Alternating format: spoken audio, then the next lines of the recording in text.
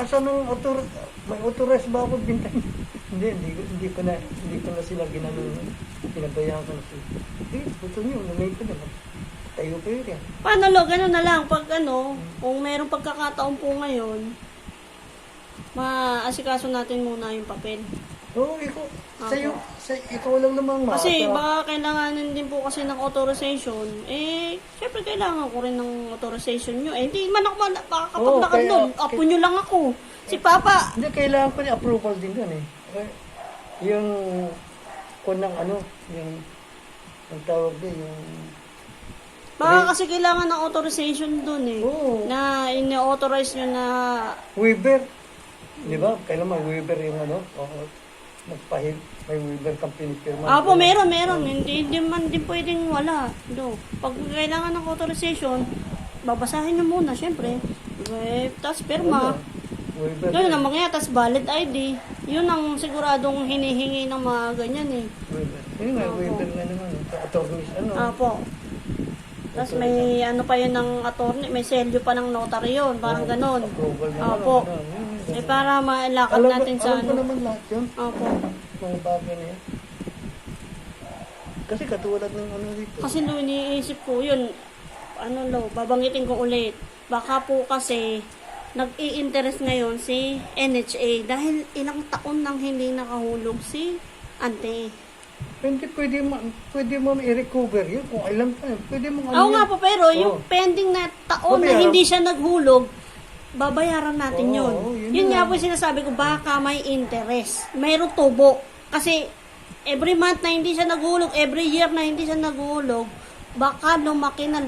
Yun yung nasa isip ko lang. Pero wala rin akong idea sa ganyan eh. Hindi ko rin po alam yung proseso ng ganyan.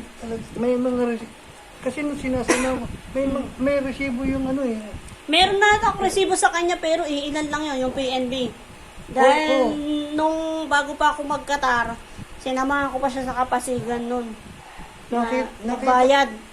Hindi ko na kung saan napasa. Yun ang tatanungin ko sa inyo, nasan yung ngayon? Mga resibo. Kahit isa lang na resibo sana.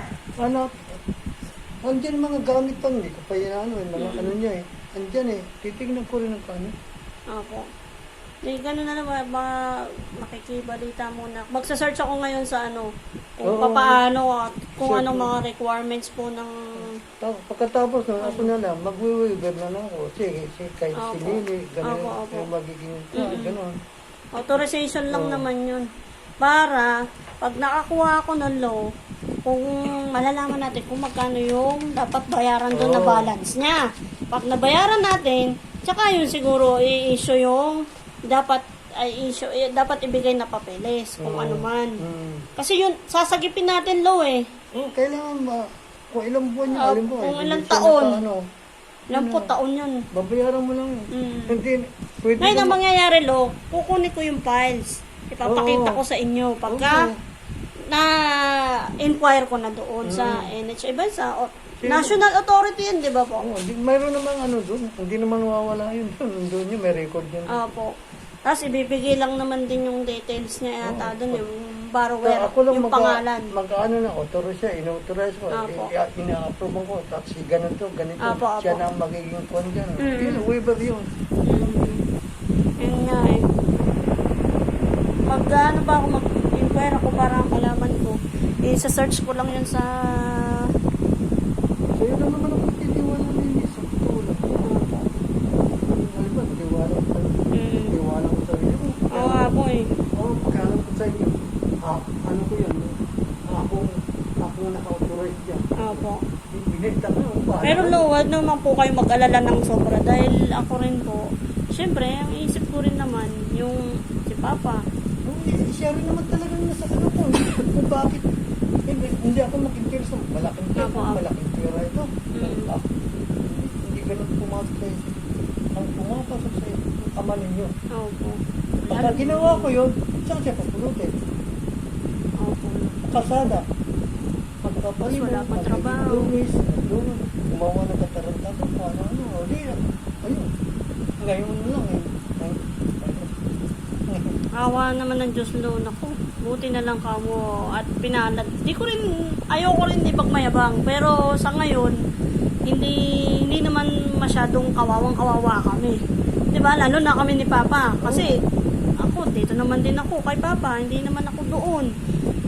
Ang sa side ko, yung nanay at tatay ko ngayon, masaya ako dahil natulungan ko sila. Oo. Sa ngayon, ito na lang ang poproblemahin ko. Yung mga panggastos ni Papa, yung pang araw-araw niya, bigas, grocery.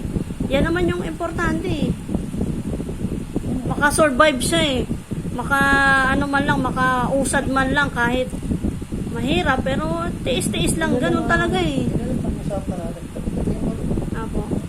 Ano, mabalang pwede na. Apo. Kasi iba. Binibigyan ko na authorize ng senior. Apo. Apo. May waiver na. Hindi ka pa sa basta ginawa mo yun. Ay, wala pa alam. Ayun nga po eh. Hindi. No, hindi. Ano talaga. Pwede makwestiyon. Paano pinagawa yan? Hindi, no. Saan authorize mo ano? Apo. Ano ko naman. 30 anyos na ako, no. Siyempre, naiisip ko rin po yung magpaalam muna. At saka, no, siyempre, ako rin naman magdadala ng karma na yan kung magiging masama ako sa magulang ko. Awa naman na Diyos, sabi ko, buti na lang. Sabi ko, meron akong magulang na pinalaki ako ng maayos. Meron akong respeto sa magulang. May takot ako sa Diyos. Ay, sabi ko, paano na lang kung wala yung katulad ko, yung mga kapatid ko. Sabi ko, Isipin mo, opo. wala ka. Kung wala pa. Opo, totoo naman po yun. Magulang ko sila eh. Naging tao. Opo. Ano pa rin, wala, nasa isip ko talaga yun. Tanawin mo na hindi ka magiging tao. Wala pa. Dik-dik na sa utak ko, sabi ko na ako, ang dami kong responsibilidad pa sa magulang ko, hindi, alam mo, no? Sa totoo lang. Kahit na ganyan, sa mama nila, mayroon na iba ko naman papa mo yun. Kadugo mo.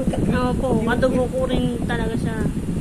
Hindi pwedeng ilang lalaki ang darating sa buhay ko, pero yan, isa lang yan. Kaya nga po, no, na ano rin ako. Minsan nalulungkot din ako naman. Alam mo kasi Si Papa, ako malungkot eh.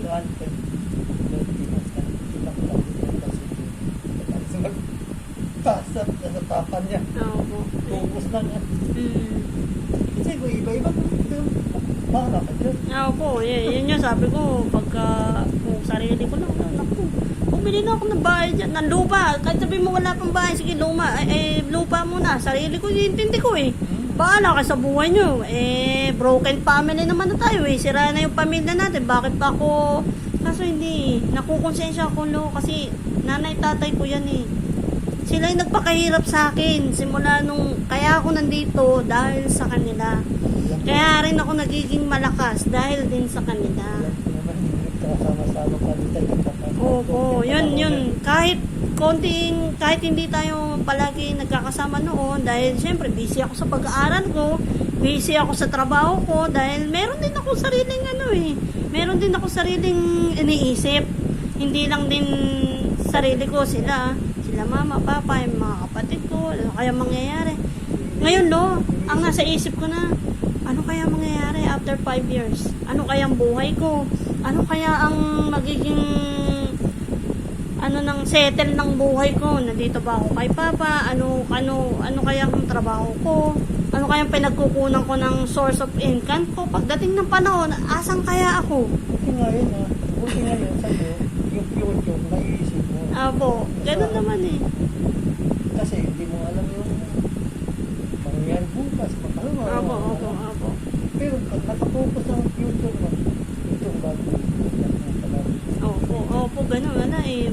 Sabi ko, nagpapasalamat ako paulit-ulit sa Panginoon. Sabi ko, salamat sa bibigay mo sa akin ng malawak na pag-iisip. Kasi kung makitid-isip ko, nag-asawa na ako maagalo. 20 anyos pa lang. Asawa na ako. Bahala ka sa buhay nyo. Kaso Diyos ko, tungtong na ako ng 30. Wala pa rin ako asawa. Kasi iniisip ko, bigyan ko muna sila. Yung makakatulong muna ako. Kasi wala pa ako na itutulong. Mag-asawa na kagad ako. Tapos, aasa ako sa kanila. Wala rin naman akong aasahan. Dahil ngayon, katulad ngayon, wala naman silang trabaho. Yung trabaho ni mama. Anong trabaho ni papa? wala rin. Ayoko maging kawawa yung mga magiging anak ko. Sabi ko, sisikap muna ako. Magsisikap muna ako makatulong sana bago ako gumawa ng ano ko, ng anak, ng pamilya, gagawa ng sarili kong akin. Ang hirap. Maganda yung focus ng kailangan mo. Naka-focus ang isip mo sa future. Opo. Darating ka na. Hindi mo kasi alam yung ano. Darating ka. Meron daw siguro, natulungan din ako ninyo rin ako. Kasi, syempre, pinagdarasal nyo rin naman na sana, pagdating ng panahon, maging maayos din naman yung sitwasyon ni Papa.